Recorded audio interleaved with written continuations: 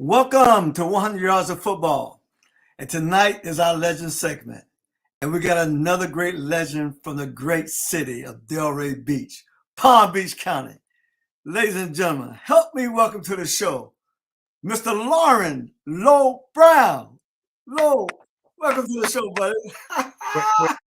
Well, Bobby, when you get to this stage and you get on the show, it's an honor to be on the show. It really is, because you've had some of the best talent coming out of Delray and from your years of playing ball on this show. So when you get here, you say it's the pinnacle of the internet. Bless you for saying that, man. Bless you so much for saying that. But look, man, we go back so far, and we got a lot of fun memories of the city of Delray. And so, how do you want me to go back with Delray, man? Let me tell you something. I'm just gonna go in on some of the things you've talked about on your show. Okay. I'm going back to Carver High School. Okay. I stayed right across the street from Carver, and from elementary school, that's the only place I wanted to go. Yes. I went to Pine Grove. Yes. The first to go to Pine Grove. Huh? Then I went to Carver Junior High. And there I saw all the greats that have been on your show. Yes, sir. Tony Penn, Fonzie Wilson, yes, sir. Billy Plummer, Big Daddy and Little Daddy Hunt, yes, sir. Smoke Johnson. Yes, sir. I mean, I know I'm not naming them all, but I'm just saying I was there when they was getting started, and the great coach Roger Coffey. Oh, man. Hey, listen, Lo, man, I'm going to say this about you, man. You've always been a close, dear friend, somebody that always had a smile on their face, always greeted me. When we were kids, it was like that. You were always a gentleman. And so I appreciate your whole family, man. So, me and your brother Tevis, we were like this. We were dating sisters for about 2 days at the same time. I know. He even gave me an experience about when y'all went to Rivera. Yeah, see, we go back, man. We go back. Oh yeah. We all do. But you know what? And the whole thing about it is when you all were growing up, and I was a step ahead of you, a class ahead of you. But in Delray, we may have been separated by age, but we was united. Yes. By the closeness and the bond that we had, the friendship that we had. Yes. And I'm going to talk about it, but I haven't mentioned it yet. And in Delray, like I mentioned earlier about Carver, and all those players that was there, they was just as humble as they can be. None of them had that big head or that ego. Right. They found out that in team there was no I. That's right. And M was at the end for a reason, because you couldn't put me alone. That's right. So they played and bonded together. Now what we did, and you especially, with your number 10 on your shirt, Anthony Penn. That's right. I don't think, Bobby, they really realized how hard we played street football. Yes. I don't think when you talk about it, I don't think people realize that you get tackled or you go up for a pass and you get bumped. You coming on asphalt. You're going to get that burn. Whatever, you're going to get that burn. That's right. So we had, that's why I say, we may have been, age may have been one thing, but we were all close growing up because we all played that street football. That's street football.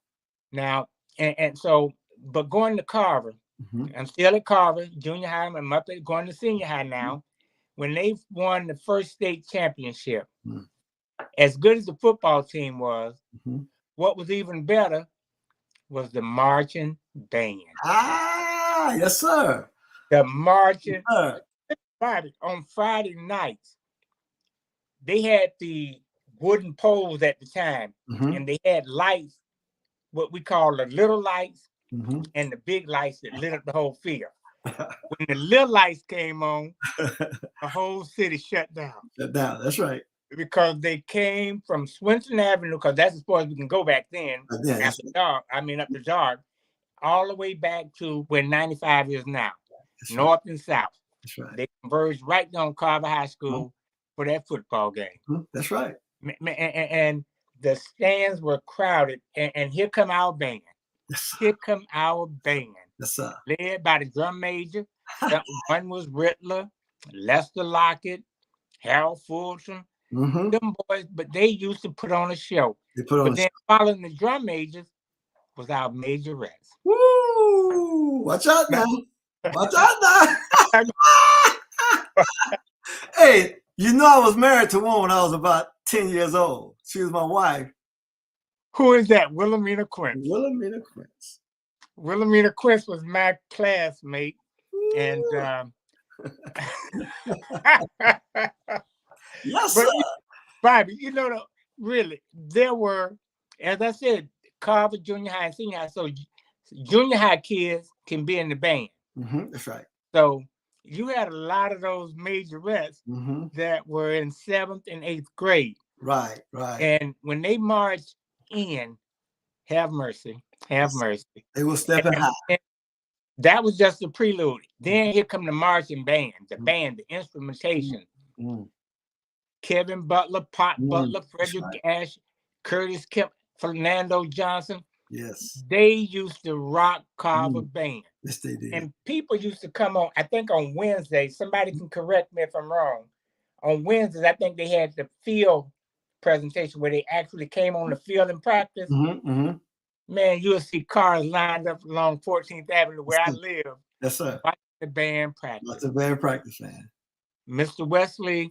Oh, man. Had our band so precision. Yes, he did. And everyone came to that. And I was one of them. But that was just our football team, our band, our street football, which molded a lot of the athletes that we have now. That's true. But Lord, let me say one thing. This is big now because we play football in the street. But when you mention that band, we all want to be a part of the band as well, right? And most of us, a lot of people don't know this. Most of us, I played French horn for Mr. Wesley at Carver Middle School. Larry Coffey played cornet in the band for Mr. Wesley in middle school. James Sharp, all my buddies, Jake Gethers, we all played in the band in middle school, and we all had intentions of marching in high school. And I had the same intention of marching in the band when I got to Atlantic, but football took over and I never got the opportunity. But the band was an important part of the whole sports deal for us. And also, band was, you had 2 electives. You had to take band and you had to take shop. That's right. Or woodworking, whichever one, mechanic or some type of 2 electives. Yes. Now I played baritone. I played baritone. Okay. I wanted to play football and basketball, but in 6th, 7th grade, I was 270 pounds. I was the biggest joker, y'all know, back in those days. Wow. So I had a bone ailment in my knee, a deformity. So I couldn't play. Whereas I couldn't play, it made me more of a fan. Yes. I couldn't play organized. Well, I did play organized because our street football was organized. It was organized, wasn't it? That's right. We had the North versus the South. Right. We had the incomparable Carver Park versus all of Delray, Frog Alley, Front, Jefferson Manor.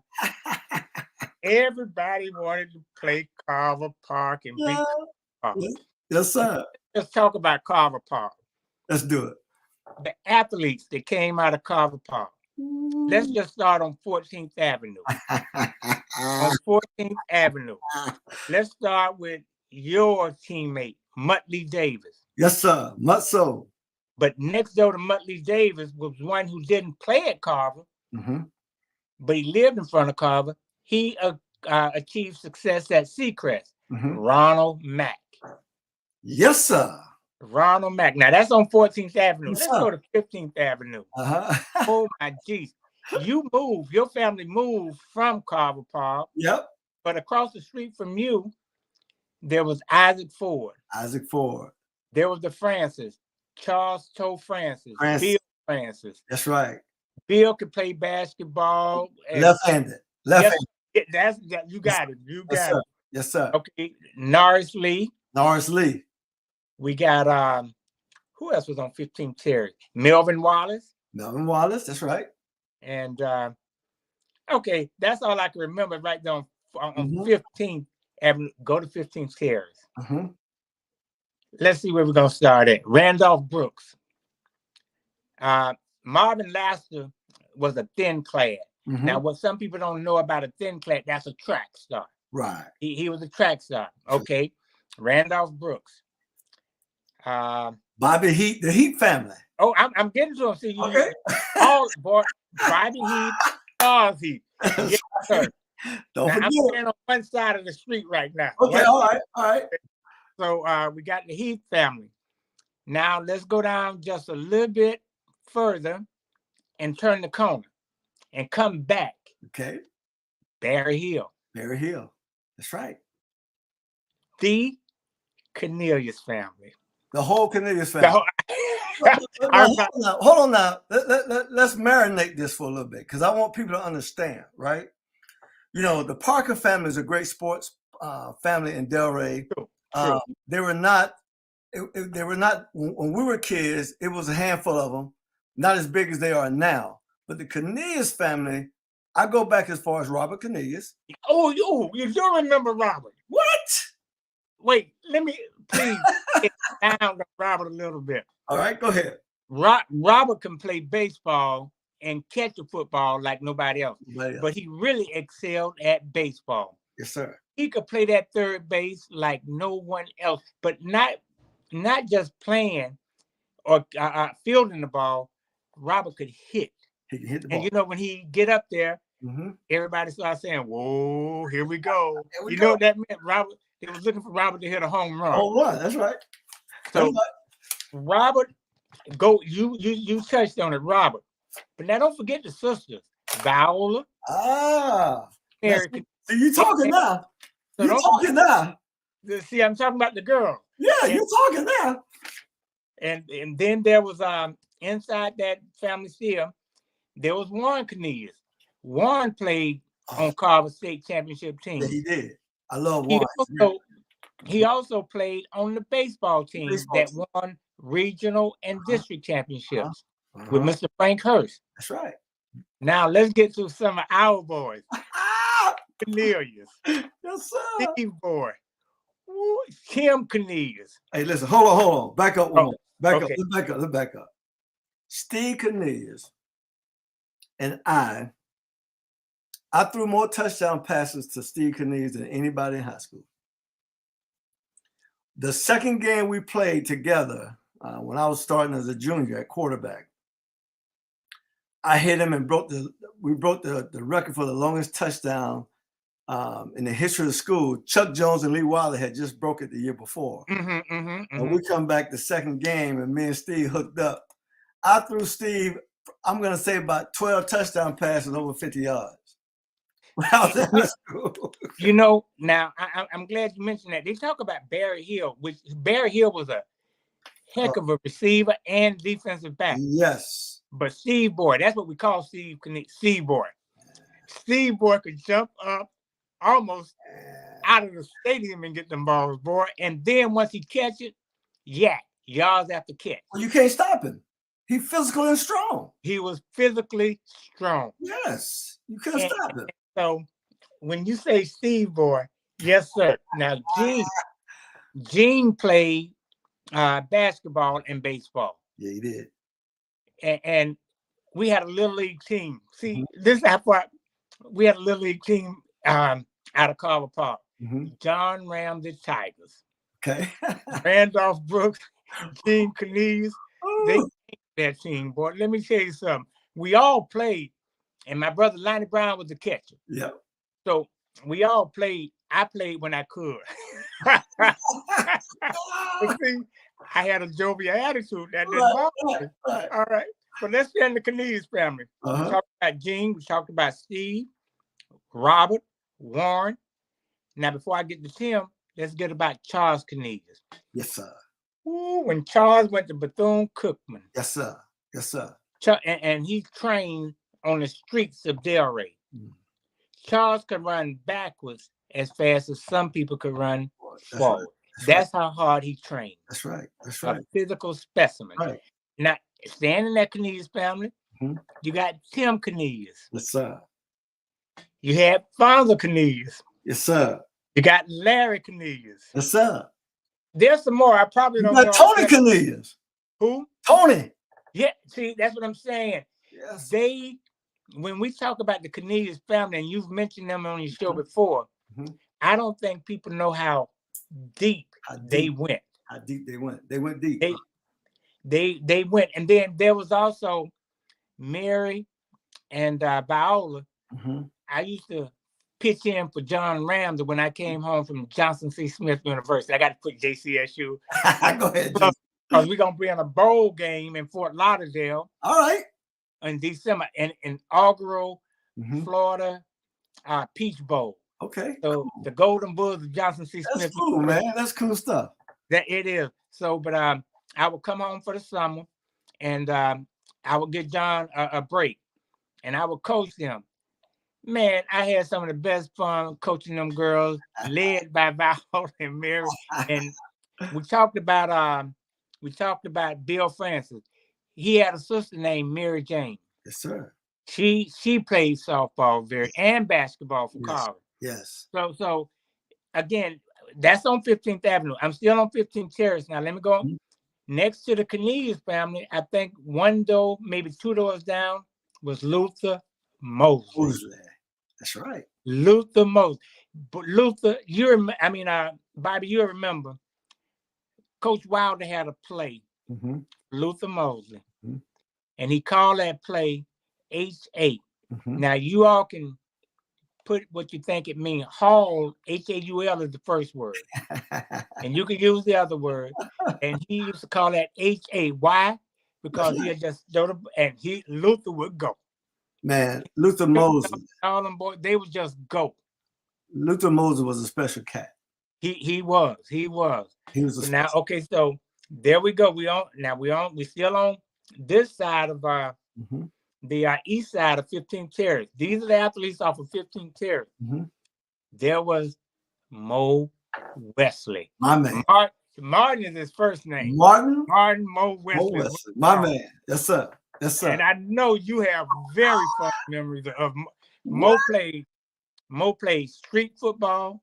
He played street baseball, street basketball at Tuck Center.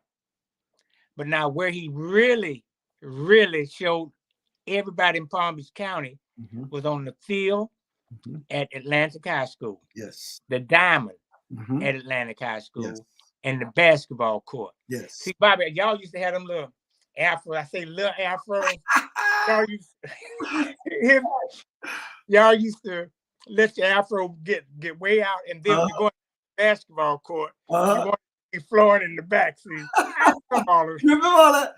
Hey, I was a sports writer. I'm gonna get to my sports writing day. That's right. Okay, so but now not just Mo West. Oh, what happened? There we go. Turn your volume up. Yeah, I think you lost. Unmute yourself. I think you muted yourself. I think you muted your volume. I can't hear you anymore.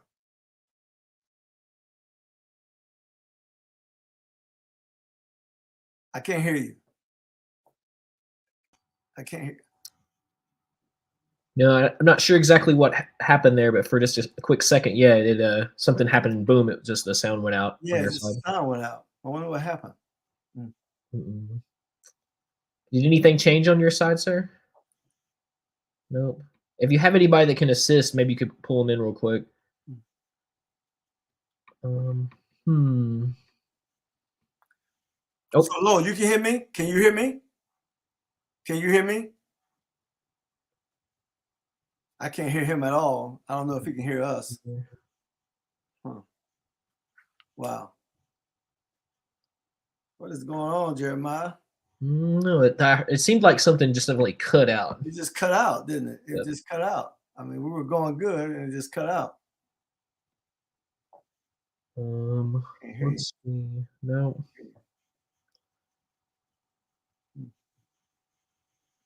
Is there like a microphone button maybe?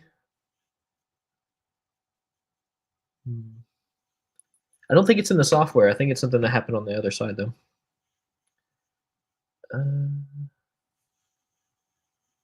Let's see. Why don't we stop this stream real quick and then we'll see if we can do a little technical check and then jump back on. Okay. All right. Stop this one real quick. Stay tuned for more.